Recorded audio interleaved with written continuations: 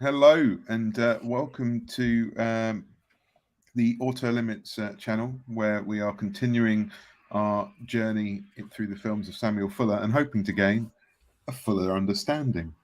I am your host, Craig, and with me, as always, is my co-host, Rob. Good morning, Rob. Hello, Craig. Good morning. How are you? I'm good. Yeah, I've had a bit of a shameful breakfast this morning. There was leftover apple pie and squirty cream. So that was my Sunday breakfast today. Not I've proud. I've had more shameful breakfasts than that. A kind of a guilty leftover KFC delivery is probably the Oh, worst thing that I've had for breakfast. Anyway, we are joined here today to talk about Sam Fuller's 1969 film, I believe, Shark! shark. Exclamation mark. Yeah, Shark. Which I mean, you're the context man on these. My understanding is it wasn't going to be called Shark, right? It was just there's an incident with a shark during yeah, production, and the film becomes rather more shark oriented in its marketing and presentation as a result, right? yeah. Originally it comes from a book. It's an adaptation. Which is this the first adaptation we've seen? I can't Yeah, think. possibly actually. I mean, he's adapted like real people's lives before. Like some of his early films are kind of biopics, aren't they?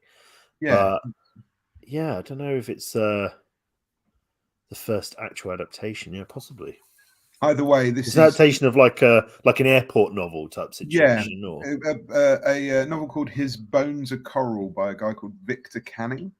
Um, yeah, it's sort of an airport novel. It was kind of optioned by what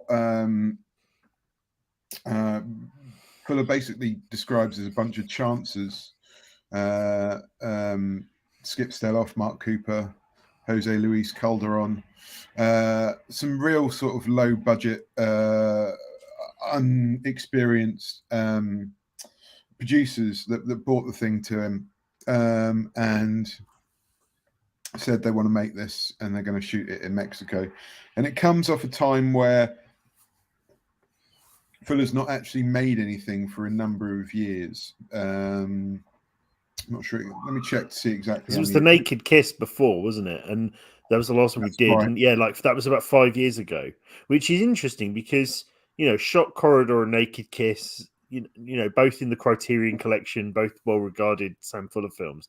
There's a bit of a drop off, I think it's fair to say, Oh, without very taking much so. anything So too what happens early. is, his marriage has fallen apart not long before, and he's been working quite back to back, full on as he does. So he goes off to France for a while to work on a script called Flowers of Evil, which seems like it's some kind of it's unrealized. Obviously, it never gets made, but it's some sort of kind of dystopian future sci-fi um, project, uh, something to do with men being subjugated by sex, essentially. Um, so it's a weird thing. He doesn't go into it too much detail, but so you can't quite tell from his book whether or not it's deeply misogynist or progressively feminist. So Well, knowing his work so far, probably a little column A and a little column B, right? It probably would have been daring and pushed boundaries in a very progressive way, and also had a sort of underlying misogyny to it. Would be my guess. It was quite around this time because if he was in France during that time, that makes sense because he's in Godard's Pierrot Le Fou in '65. So yeah, that kind of yeah, and lines up. then and when's the other one that he's in? Um, is it? I Another film can't. he appears in. Yeah, he appears in another film, doesn't he? Or is there a character based on him? I'm trying to remember. Oh, there's a Um, character based on him in there's a, well, oh no, he does appear in another one. He appears in I don't know if it's during this time, but he appears in is it the last movie? Where he uh, plays like a director and it's like directing a western that Dennis Hopper's in. I'm pretty sure he's in the last movie. Yeah, he's in the last movie as a director, but that's in '71, so that's like directly after Shark, more or less. Okay, yeah. So he's about, and he's mixing with Goddard and Truffaut at this time. He tells a story about wandering around the streets and seeing there was, or finding out about a festival that was showing Shock Corridor, and him going along and having this wonderful kind of reception. So that's kind of the start of his reevaluation.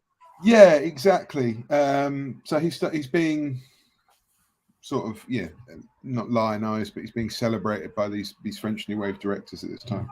He's also, while he's there, he meets his second wife, Krista, actually on a date with a different actress. She comes along and they get on really well, and they get married quite quickly and all that kind of stuff. But he kind of goes from trying to make this movie to sort of being just frustrated by it, and then these producers come along at just about the right time and say, we've got a project for you, this book, and he agrees to adapt it, to write it. I think it goes through a few different names: Kane, Maneater, and then due to circumstances during the production, is eventually released as Shark! ! But yeah, that's kind of the background there. There's some stories about the actual filming of it as well, which I can go into, but maybe we should talk about the film a little bit first. It's strange, isn't it? Because we obviously had that film. I'm not meaning to make light of this at all, but we had that film Rust that was in production where Alec Baldwin shot the cinematographer by accident, and that film presumably either will never be released or will be released at some point as a curio like 30 years from now, where a shark guy died and they were like, we can market it on this. It's a very different approach, isn't it? Yes, absolutely. It's weird that you bring up Rust, because I was sure that I'd seen an article about it, and I've just double checked as well. I wasn't expecting you to say it, but apparently production on that is going to resume in January. Right. Okay. So, but presumably they won't be advertising it on the basis that it's a film where somebody got shot and lost their life. No, and unlike Shark, they're not going to call it. Presumably, they won't use the footage of.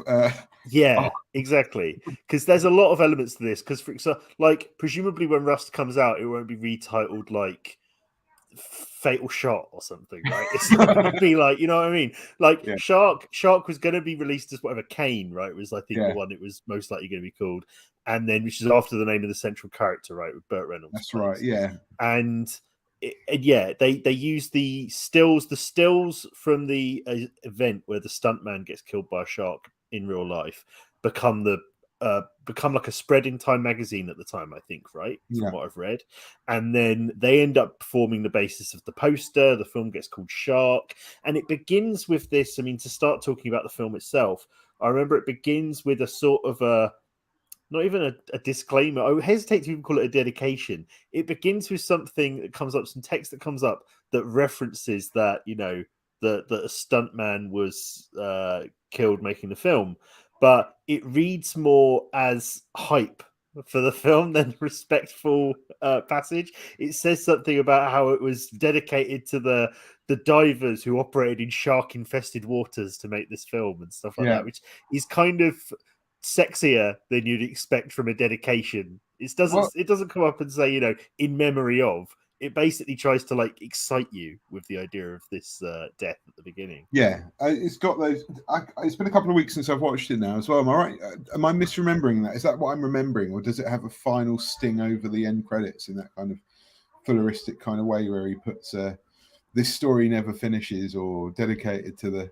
Or is that just? I don't remember. I think there's the bit at the beginning in the opening credits with a bit of a crawl where it talks about shark-infested waters and being dedicated to the divers. I don't think it mentions that somebody died, but I think it just says that it's dedicated to the divers who risk their lives in shark-infested waters, which again is kind of not the way you'd phrase it now. Also, I mean, there's a possibility that this won't actually be the case, because when I go through I haven't read his biography back to back yet. What I do is, as we go through the films, most of the chapters are divided up by film by film, and then maybe a little bit in between.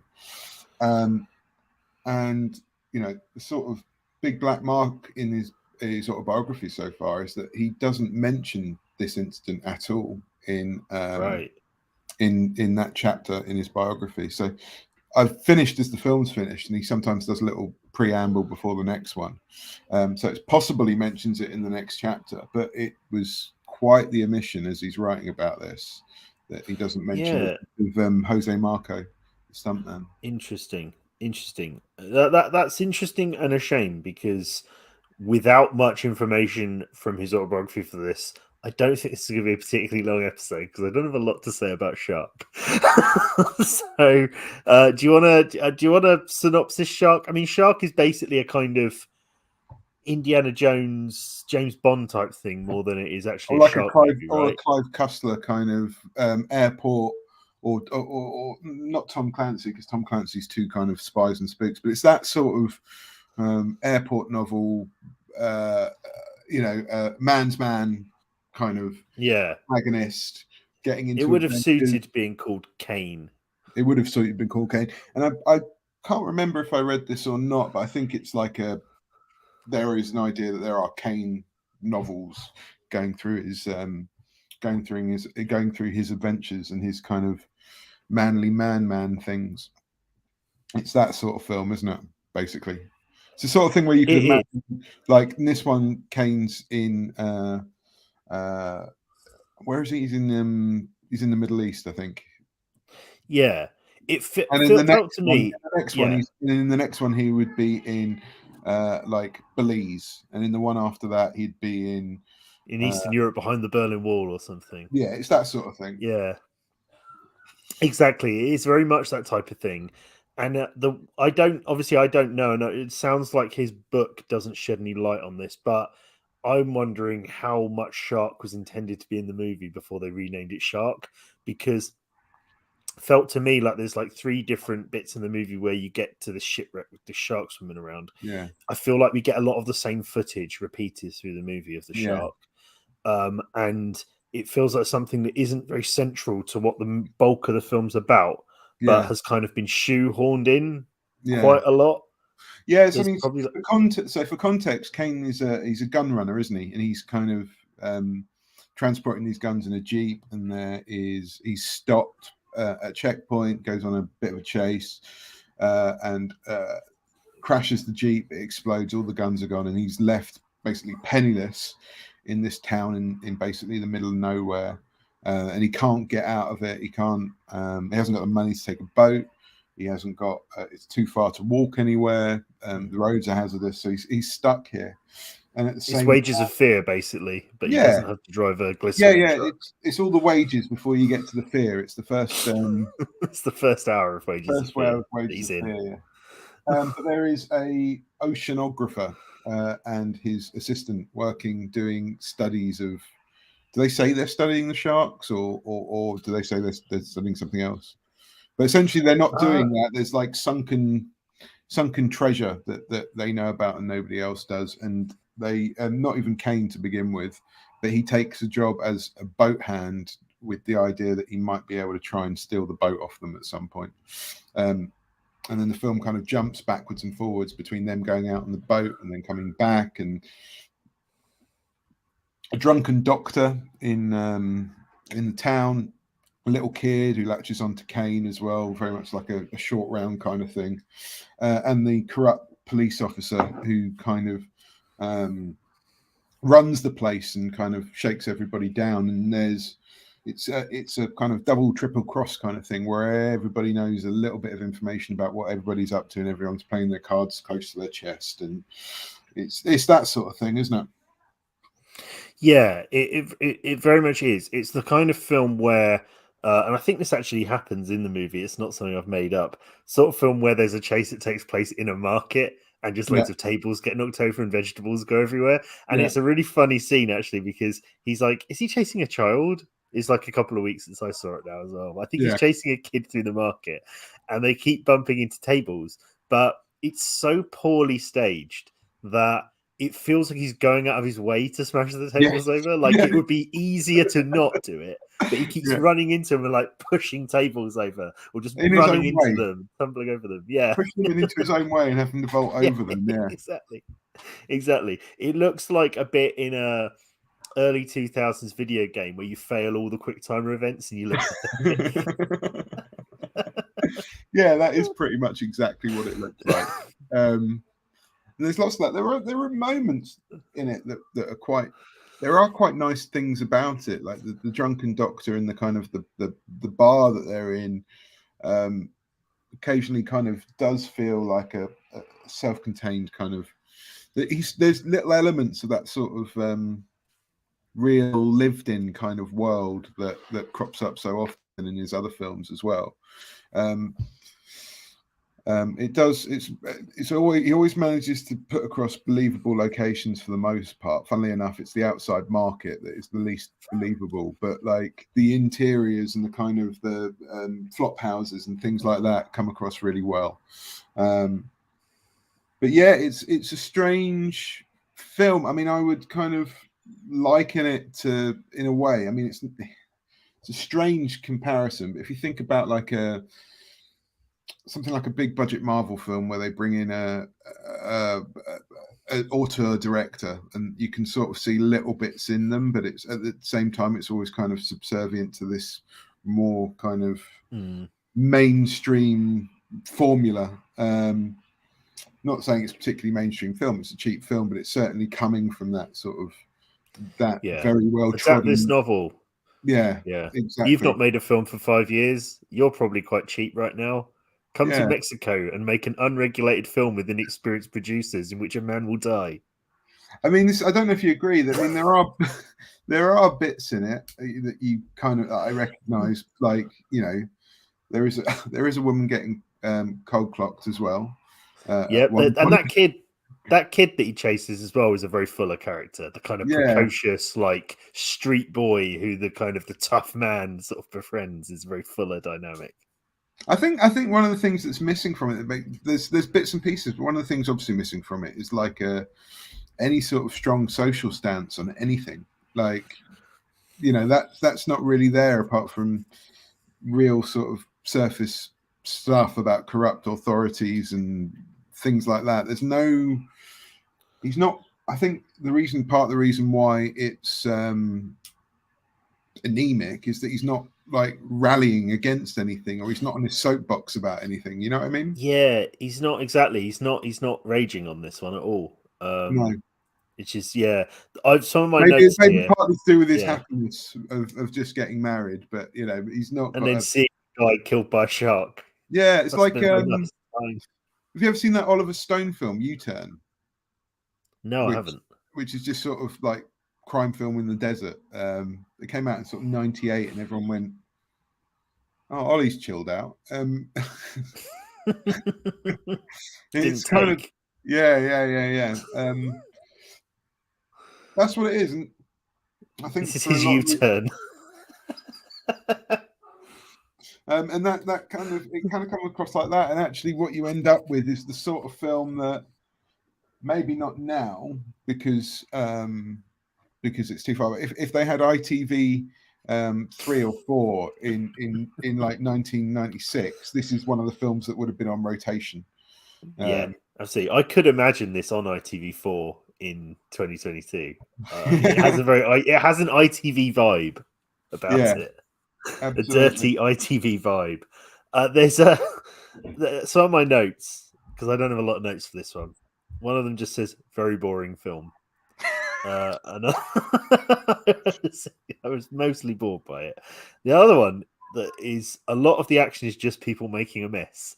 And I think that wasn't just the market scene. I think there's another scene in like a room, like a kitchen. Yeah, there's a scene in a kitchen, right? And there's like a boiling pot of water and stuff, and they're like splashing it on a guy, and they're just knocking things over. Like, it's very like, I was one of those kids where I couldn't enjoy Tom and Jerry because I was really upset they were making such a mess.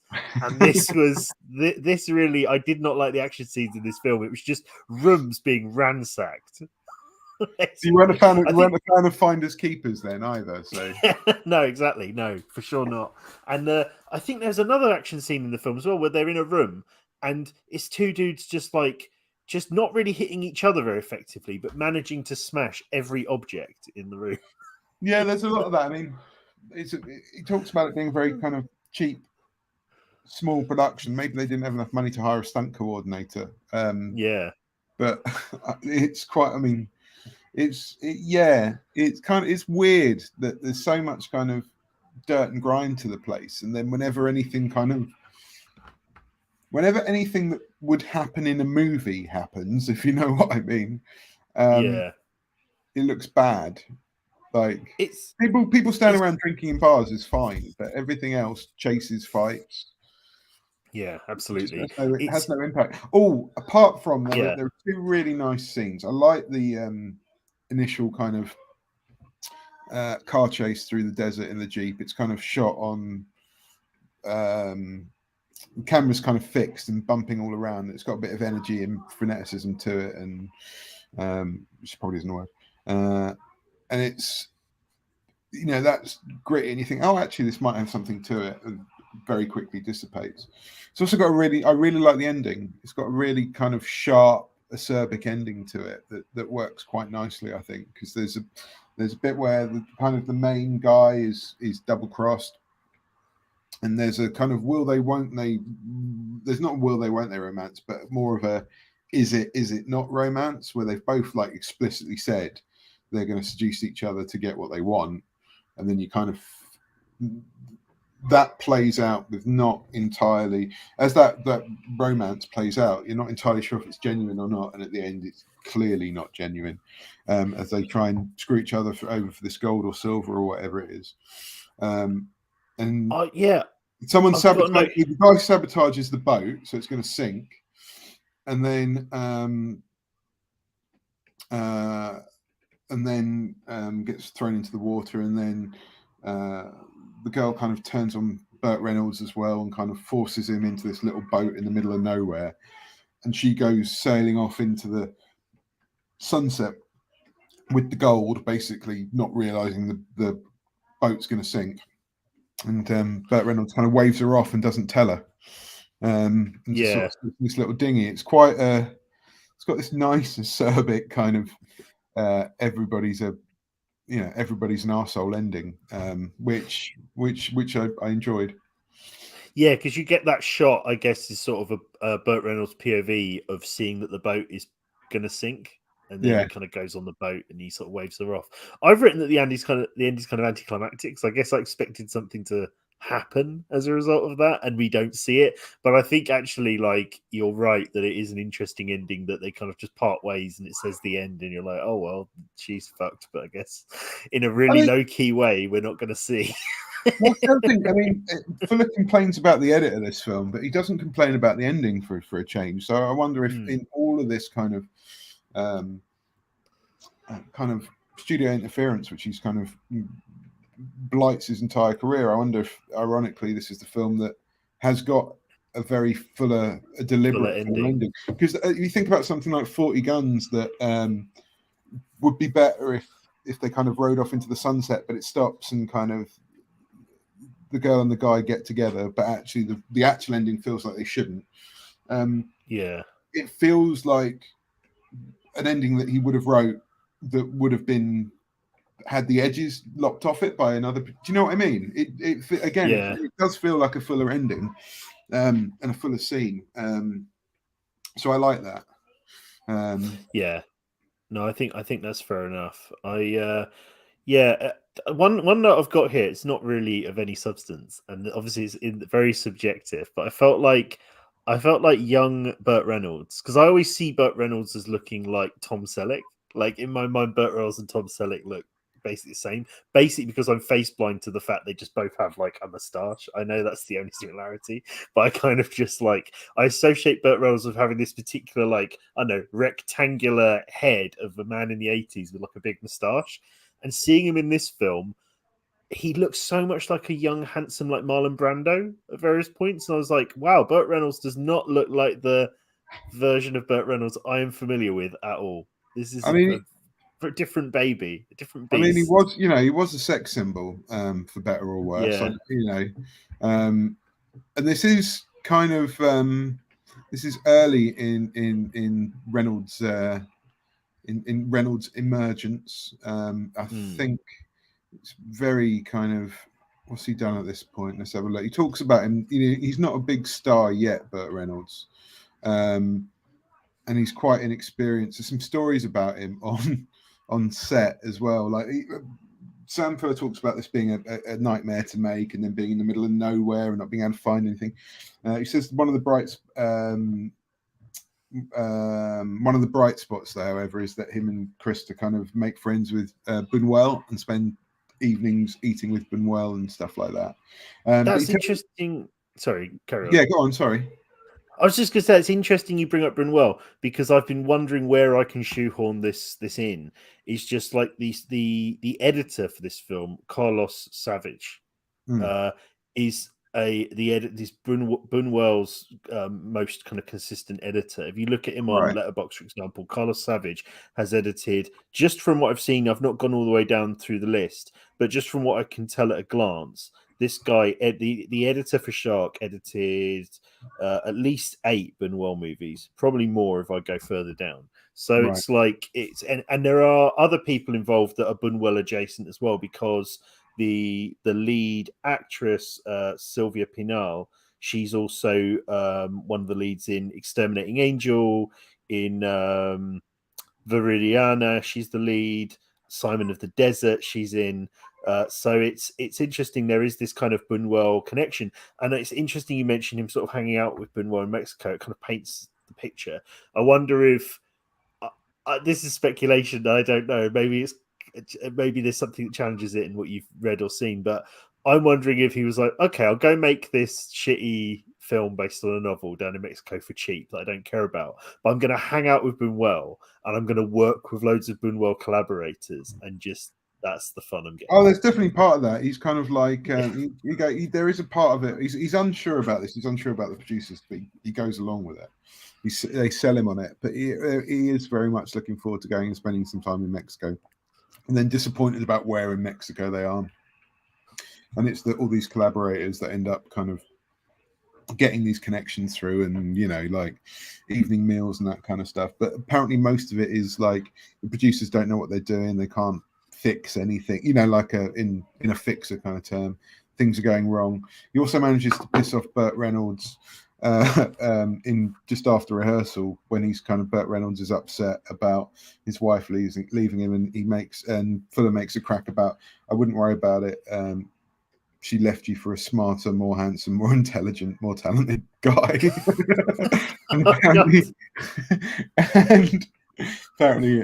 Apparently Burt Reynolds sort of bursts into tears at some point, and then refuses to. It's difficult for the rest of the shoot, as you can probably understand. Yeah. This makes me want to find out who she left him for. Yeah. I'm just really desperate to know this now. His first wife is Judy Kahn. Judy Carney left him for Robert Bergman. Who's Robert Bergman? He doesn't even have a Wikipedia page. Left him for someone without a Wikipedia page. How humiliating. Yeah. So at this point, he's not made much. He's made 1, 2, 3, 4, 5, 6, 7. He's made 7 films. He doesn't appear to be the lead in any of them. Operation CIA. He's heavily on the kind of and he's made some spaghetti westerns for Sergio Corbucci. So he's starting to get he's starting to get lead in small budget stuff. A film called Sandwich. But he's still 2 years away from Deliverance. And Deliverance, I was going to say. And then playing Sperm Switchboard Chief in everything you always wanted to know about sex. So, he's 2 years away from Deliverance. He's 3 years away from White Lightning, The Longest Yard. And then, after that, it's where he really takes off and becomes the biggest box office drawer in the world in the late 70s. Which is a still strange thing I find very strange. But I think there's a lot of that about there, right? Because it's like I always find that strange about Elliot Gould as well, that he was like a huge box office draw. There's just a different era, different time. So anything else about Shark? I really have nothing to say about Shark. I don't think beyond this. I think one thing I would say about it is, and again, I don't mean to be in any way disrespectful to the tragic events on its making, but it's odd how boring the shark footage is, considering it's genuinely footage of, in some cases, an actual shark attack that we're watching on a person. And it's so meandering, that shark footage. And I think there is a kind of sometimes a banality to real horror if you film it, that is not going to live up to, for example, what Spielberg does with Jaws, where you don't see a shark and, that kind of thing. And, I'm not, I guess a comparison at some point in this podcast with mentioning Jaws was probably inevitable, but the difference between kind of what you get there with not seeing it, with the music, obviously famously John Williams' score and all of that, and then footage of just an actual shark attack is night and day, because the actual shark attack is really boring. Yeah, I mean, actually, funny enough, talking about John Williams' score, there were a few. I don't know if it's just having watched Jaws so many times and having it so imprinted on my memory and expecting it. There were, I mean, don't get me wrong, the scores just is nothing really, but there were like little bits of kind of the tempo of it and the kind of the tenor of it that actually reminded me a little bit of John Williams. It's not as minimalist or anything like that, but there were a little kind of, maybe it was just the kind of Herman-esque kind of strings and stabbing, that kind of. There were little kind of notes of it that I thought, oh, that's interesting. That does sound like a real kind of proto Proto Williams. Yeah. I don't know. I didn't very little, but I did notice bits and pieces. But again, it's probably just like having seen Jaws countless times that it's in the back of the mind always. Possibly you're kind of projecting. You see a shark and you project Jaws onto it, but no, there might be something in that. I mean, it wasn't too long before, was it? It's like 6 years before. And I guess if you are making a film about a shark, and we know as well, because we've talked about in previous episodes, how much Spielberg loved Sam Fuller movies, how he has Sam Fuller in 1940. Is it 1942, the film called, or 1941? It's 1941, isn't it? 1941. Sam Fuller's in that story you told in one of the early episodes about how Spielberg had one of Fuller's films like in his trunk and was like brought Fuller to the car park and was like, "Hey, look, I've got one of your films in my car." So we know how much. I think in previous episodes we've seen a few things where we've said they seem very influential on Spielberg. So it's not out of the question that they would have watched Shark. Yeah, I don't think he would have been making too many notes on I would imagine it was definitely something that he'd watched beforehand. I mean, I'm completely assuming from what else we know, but yeah. But yeah, it is interesting that does predate that. But it's totally different. The sharks are just like a hazard, basically, aren't they? They're not really. It's kind of one of the conceits is they can't get people to come and work for them because everyone's scared of the sharks, basically. But it's not. Yeah. It's not the same sort of thing at all.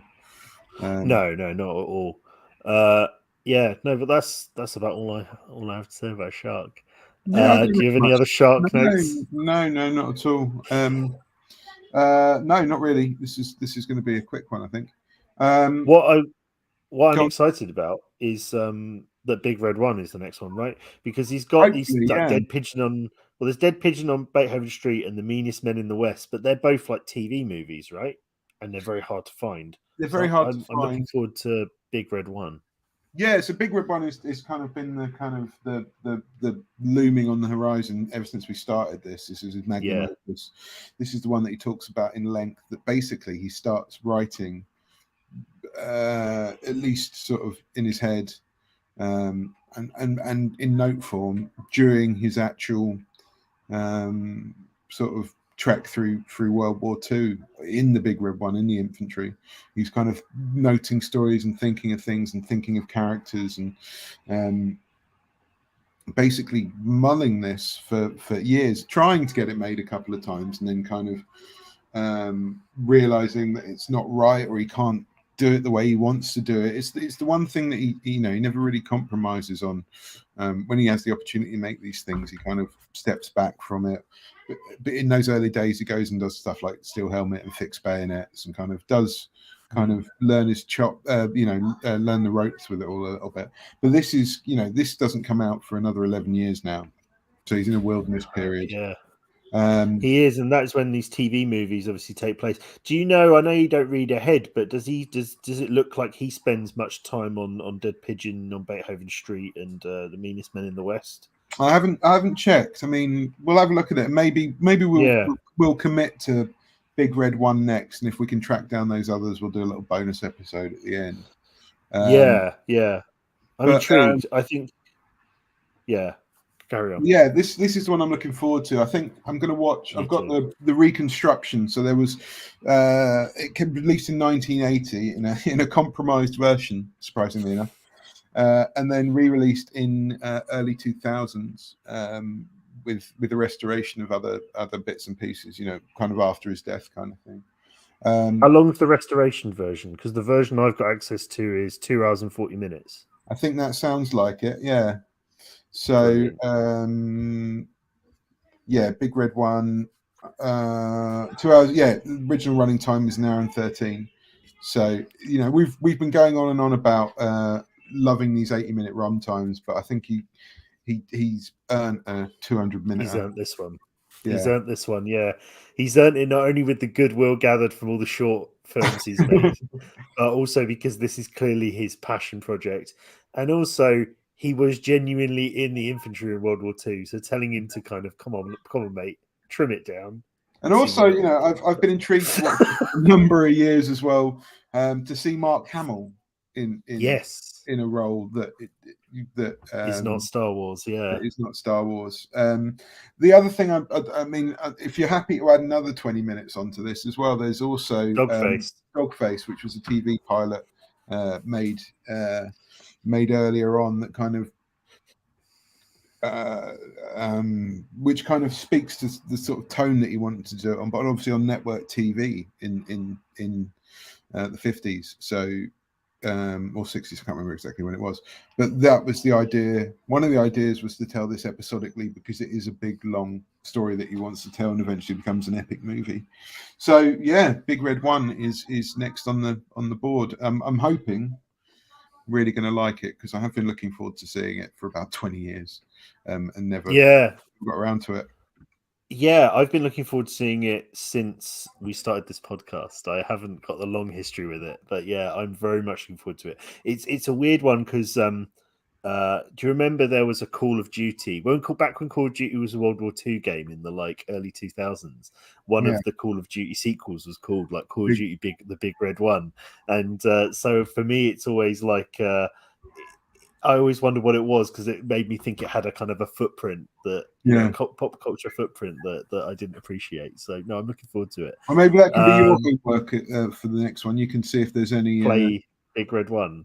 Yeah, well, play Big Red 1, see if there is any connection with look.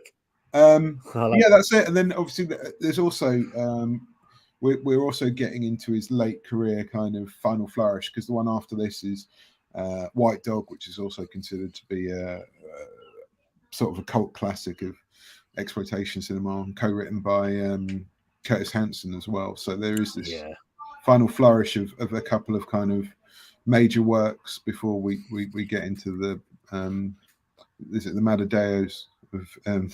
Matadeos of his life. Yeah. It's interesting as well because we've watched now most of his films, we've gone through the bulk of his career, but if I sort him by popularity on Letterboxd, I still haven't seen 2 of his main ones because they're the next one's coming up, so it's it seems like our focus is that number 1 top row Letterboxd, is that Big Red 1?